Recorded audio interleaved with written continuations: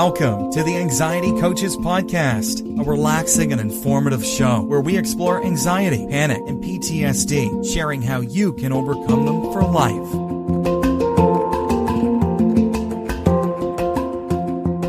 Aloha! Welcome back to the Anxiety Coaches Podcast. I'm your host and coach, Gina Ryan, and I am so happy to be with you again today as together we can consider the many ways to bring your mind and body back to its natural peace and calm. In today's episode, I want to talk about you having power over panic. I think it's time that we take some of our positive ways and our affirmations and our strength that we've been building and use it over the panic. So we can talk a little tiny bit here about panic attacks and what's happening. If you suffer from panic attacks, then you are already understanding the sheer fear that you face in the moment of the attack. You could feel powerless to stop it. It's one of the worst parts is that powerless feeling. Even if you despair that this constraint has become a part of you, I want you to pay attention because there is still choice in the matter and you still have power. You can learn to actually deal with, reduce, alleviate, and perhaps even eliminate your panic attacks for good. I don't have panic attacks anymore. I have had many panic attacks in my life way back when, but if you were to ask me right now when my last one was, I couldn't even remember because they just begin to reduce and go away, like they kind of evaporate. You have them fewer and fewer. So there are some specific actions that we can take to call up our own power and keep ourselves having power over panic. So where do we start? Pay attention to the panic attack when they are occurring. Now, I know you're thinking, last thing I want to think about is what's happening, but that's how you're going to learn and study your own body and mind and when it is occurring. You can discover the root of the panic attack and keep in mind that you should always seek help from a professional if you're feeling like you are not able to get a handle on constant panic attacks. But most people that I have been talking with are not dealing with constant panic attacks. And we can begin to take steps to overcome these and keep our eye on what the root was, like what tipped me over the edge. You don't have to spend a lot of time and make yourself anxious thinking about it. But if you look back when it's happening, you may very well see it bright and clear. There may not be a lot of need for mulling over it. You can just pay attention. Don't need to escape the moment because the panic attack will not kill you. The panic exists because it's a way for you to deal with what the mind is perceiving as a threatening situation.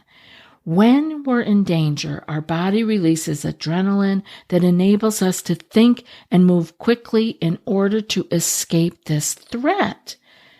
But the normal way that panic attacks are coming on is we are not in physical danger. And so we have all this pent up energy of the adrenaline and our mind is racing, trying to think quickly so that we can escape something that is not threatening. The panic occurs when we find ourselves reacting to the situation with feelings of despair, that we have no power, there's no way out, even though there may not be an actual threat. In our mind, the threat is real. We are feeling that we are trapped.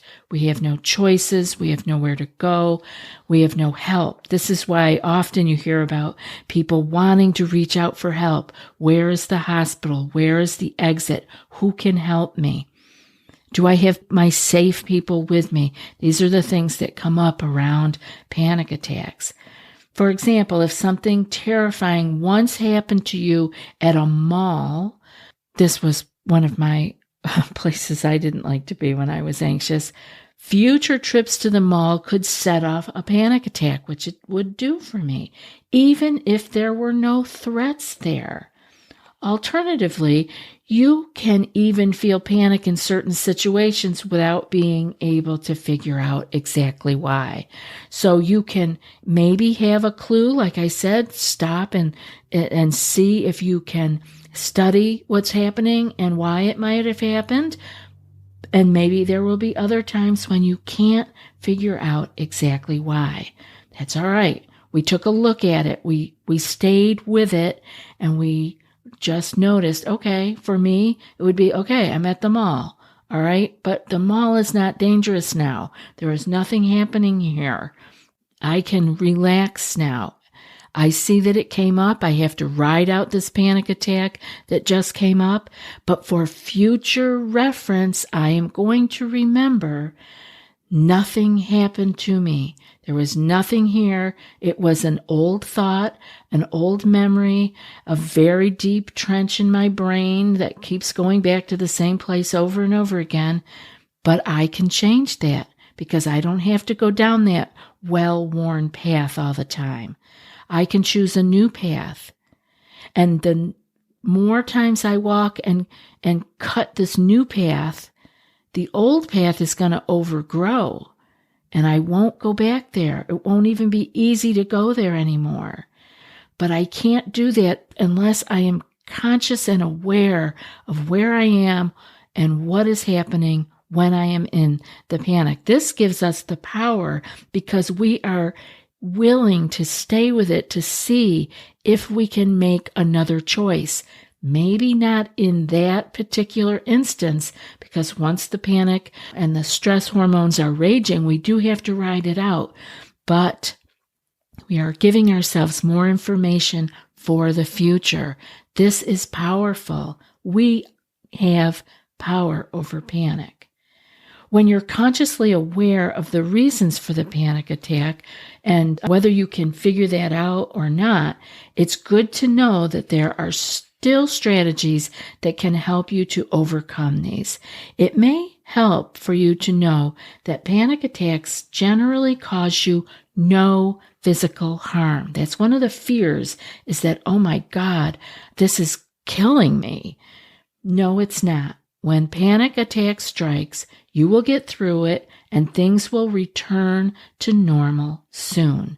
So remember that so that you don't add more fuel to the fire. Now, I have some ways to cope during the attack, but first I want to thank today's sponsor, EverlyWell.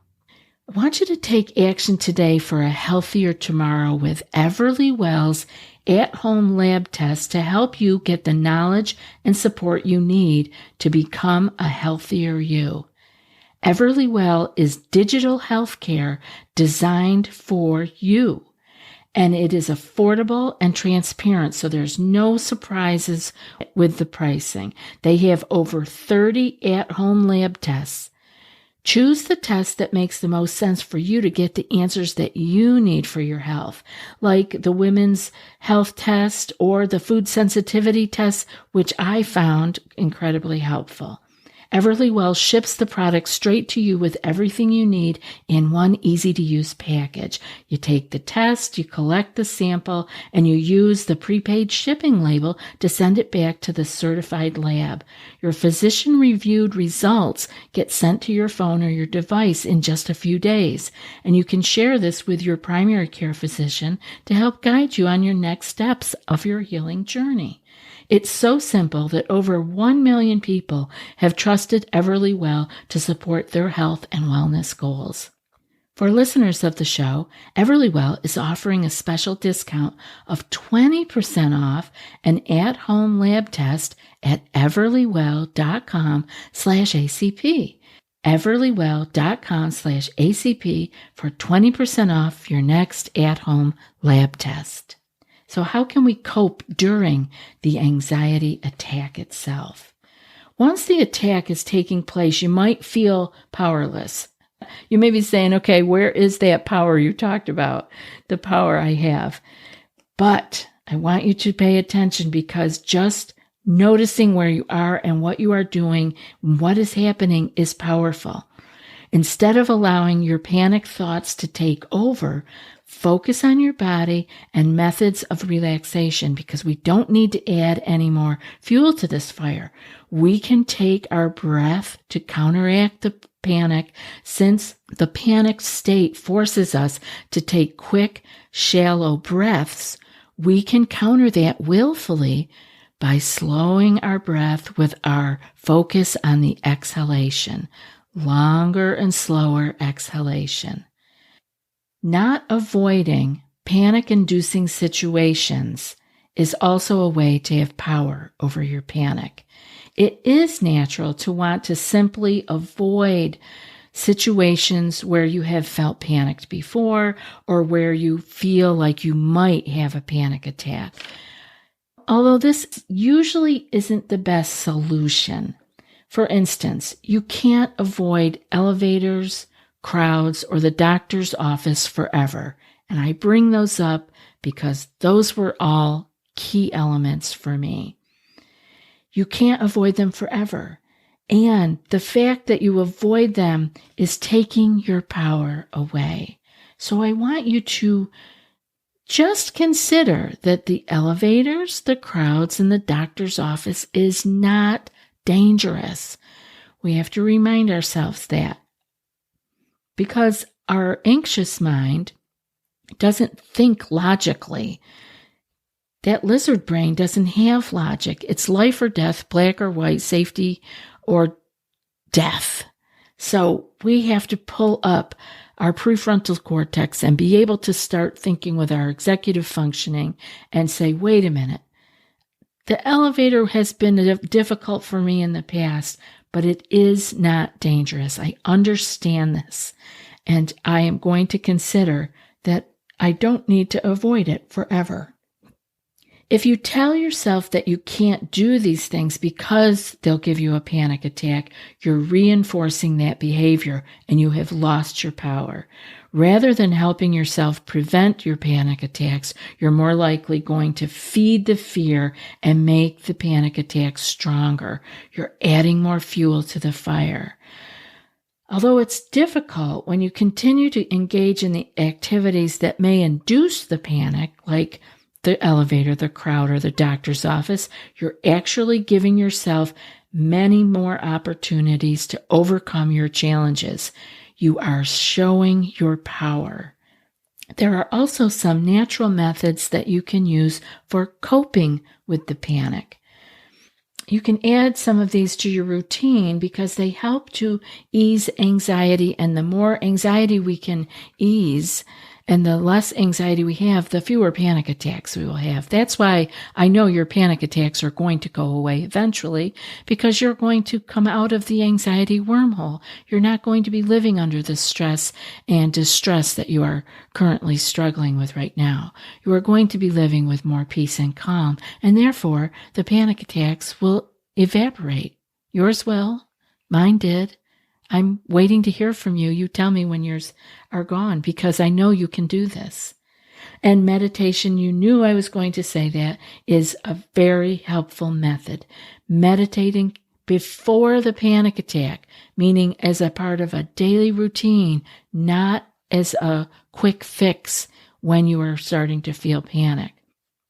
I guess we could call it preventative meditation.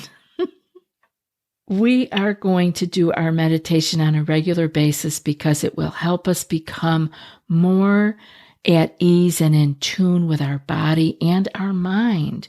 We don't spend time with our body or our mind. How can we know what it needs or how we can deal with it and help it? These benefits can aid in understanding, preventing, and coping with your panic. Some of the lifestyle changes that you can use is like regular exercise. Most of us don't pay attention to the fact that exercise is not all about helping our body. We got that. I don't think anybody who is listening to the show would ever think that they couldn't be benefited by exercising. We all know this piece, but it has great power in balancing and healing your mind too. Because our brain and our mind are so connected, and the brain being, of course, part of your physical body, the brain is very much a beneficiary of the oxygenation and blood flow that comes from physical exercise.